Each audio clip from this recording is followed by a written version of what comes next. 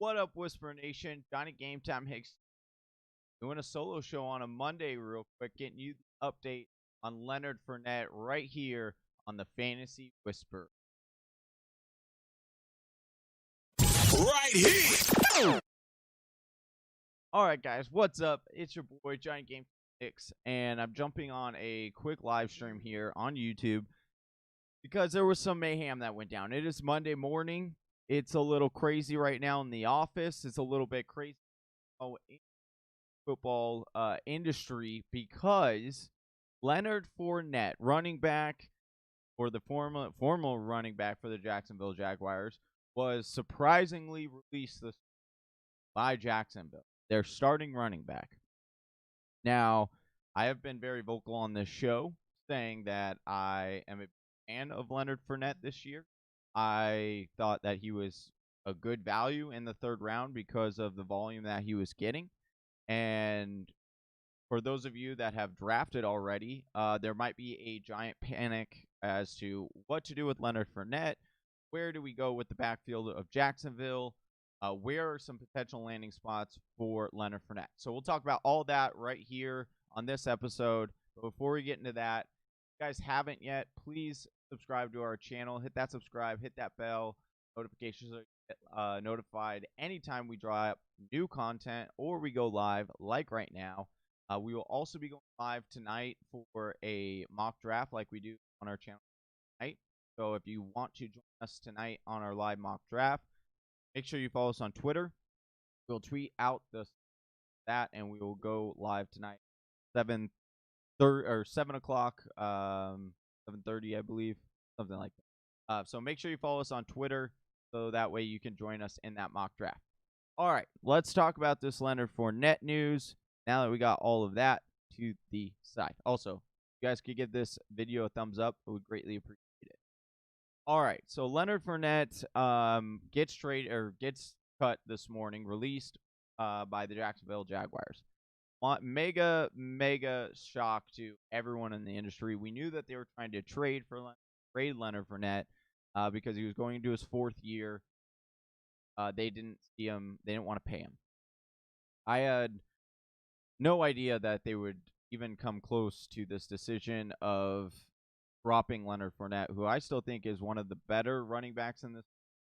His yards per carry are fantastic, and people will doubt his game, but like that offensive line isn't the best offensive line, and that scheme hasn't been the best scheme as well. So let's talk about Leonard Fournette here for a little bit.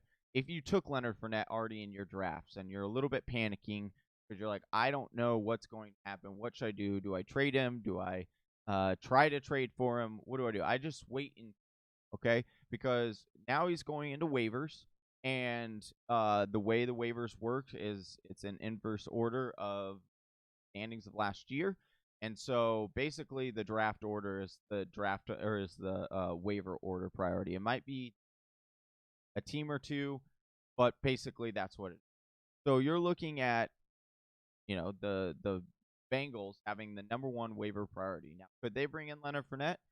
I do think that might be an interesting tactic if they want to get Joe Mixon back in camp, or if they want to try to motivate Joe Mixon and say, hey, we don't need to give you a contract anymore because now we have two running backs that can both do the job, and we'll sign the cheaper one and the one that performs better. Do I think they'll do that? I don't. I don't think they'll go that route. The most interesting place to me and the most logical place to me right off the bat is not New England, because New England has a ton of running backs. I don't think New England would bring them in. Plus, they're further down on the waiver priority. Another team name that was thrown out a lot is Washington football team. We know the Darius Guy situation that is now out of there. So many are speculating that they might now go for Leonard Fournette. That is a possible landing spot for sure. I wouldn't be surprised if he goes there, but I don't think he ultimately. I think Washington will be set with the running backs that they've got. I think ultimately he ends up going to Tampa Bay. And this is terrible news for people who drafted Ronald Jones. This is not the best news. People are definitely not going to want him to go there. I don't. I mean, from a fantasy standpoint, yeah, I do want him to go there because I think that Leonard Fournette behind that Tampa Bay offensive line, with that system, could be a would be a beast. And if he goes there, you could see his ADP going into the second round for sure. Um, because he would be the RB1 there. And it was just came out just a little bit that Bruce Arians was asked about bringing in Leonard Fournette, and he said, we'll wait and see. So we know that they were, around 13 or 14 on the waiver wire priority. So Leonard Fournette would have to get through that first, gap of teams in order to get him, obviously. And so I think if none of those teams end up claiming it, I think a good landing spot is Tampa Bay. I think another one, though, that makes the most sense, and I'm not going to lie, whispering, as I have drafted in many leagues, and I'm a fan of David Montgomery. And I do think, though, like there is a very real possibility that Bears sign him because Bears have a pretty high waiver priority. They just lost David Montgomery for a couple of weeks into the regular season. We don't know how severe that will be. So they could bring in a guy like Leonard Fournette who would actually fit that system really, really well. He can catch, he can run between the tackles. He's a big bruiser back. I would hate to see it for David Montgomery because I think the guy has a lot of talent. But again, I could understand why the Chicago Bears would want a guy like Leonard Fournette to their system. It would work well. So I think the two most likely landing spots, I think, Leonard Fournette, in my eyes, are going to be the Chicago Bears and the Tampa Bay Buccaneers. That's where I would say that most likely that Leonard Fournette. All right, so now that we got Leonard Fournette out of the way, we've talked about him. Let's talk about this Jacksonville Jaguars running back system now and what you might want to get a piece of, what it might look like. And then once again, do not trade Leonard Fournette right now. You're not going to get better value for him right now. Right now, the best thing to do with Leonard Fournette, if you have him, is wait and see and cross your fingers to hope that he goes to a really good offense. I mean, wherever he goes, he's probably going to be the RB1 there or get the bulk of the carries. All right, now for Jacksonville. I want to take a second real quick and thank everybody who is in the chat right now following along. We appreciate you guys so much for constantly viewing our content. We drop a like on the video. We greatly appreciate it. If you haven't subbed to our channel yet, so growing an awesome community. Whisper. Okay, so now we're talking about the Jacksonville Jaguars offense, which a lot of people weren't really that excited for with Leonard Fournette, and so now it's kind of that waiver wire scurry to get him. Now, most likely, these guys might be picked up in your league already. If the news is, the news has been out for a while. So, but definitely check your waiver wires. And then I'm going to give you a guy that might be available on your waiver wire that actually is the most intriguing, not the guy that you think. So, obviously, Chris Thompson. Big news here that Chris Thompson has had a tremendous camp. We always know that Jay Gruden loves to use Chris Thompson as long as he's healthy. So Chris Thompson becomes a flyer now at the rounds, especially if you're in PPR. I thought he was going to get the volume before, about 60 targets or so, but now I could see him getting that full target share that Leonard Fournette garnered last year. So you like that. And then, Rockwell Armstead is going to be the initial guy that everyone's going to race to the waiver wire to get. And should get the first crack at this offense as long as you bring anybody else in. Rockwell Armstead should have that first crack at the one and the two downs, right? He's not been the best running back in his short career. He's pretty much not. He's been like a poor man's Leonard Fournette, realistically. That's exactly what he is. So there is value. Definitely get Armstead as a dart throw. Thompson should be the one, though, of all these running backs, barring injury, probably be the most valuable in this entire running backfield as it stands right now, just because of that team. They're going to be down a lot, so they'll be throwing a lot. So Chris Thompson. Now, a guy that I think is very, very interesting might be on your waiver wire, Devin Ozigbo. I might be saying that, or Divine Ozigbo. Sorry, I butchered that.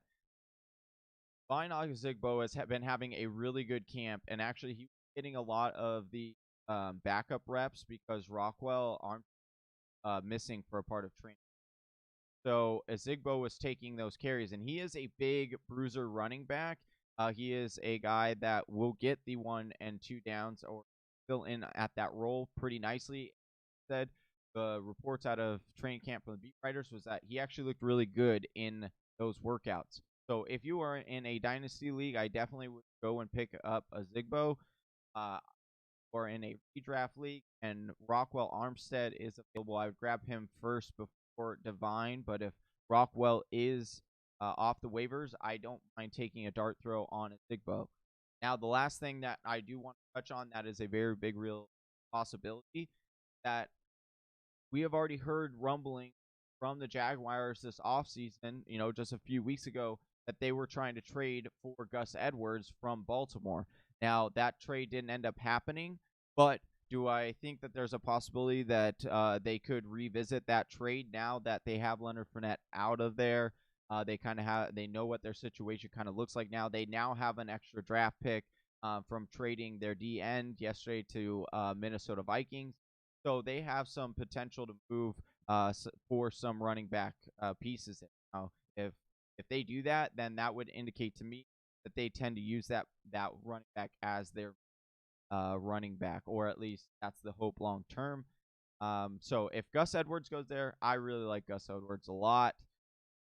I think that he could do some damage here. Never really, when he's been given the opportunity, shown that he can definitely be a good running back. So that is my breakdown of Jacksonville. I also think there's a possibility like Devonta Freeman is still out there. They could sign him.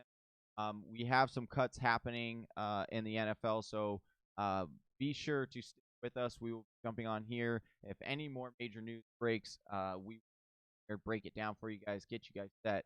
If you are drafting and are still not sure what to do, grab our draft kit. It is in our description. It's $15.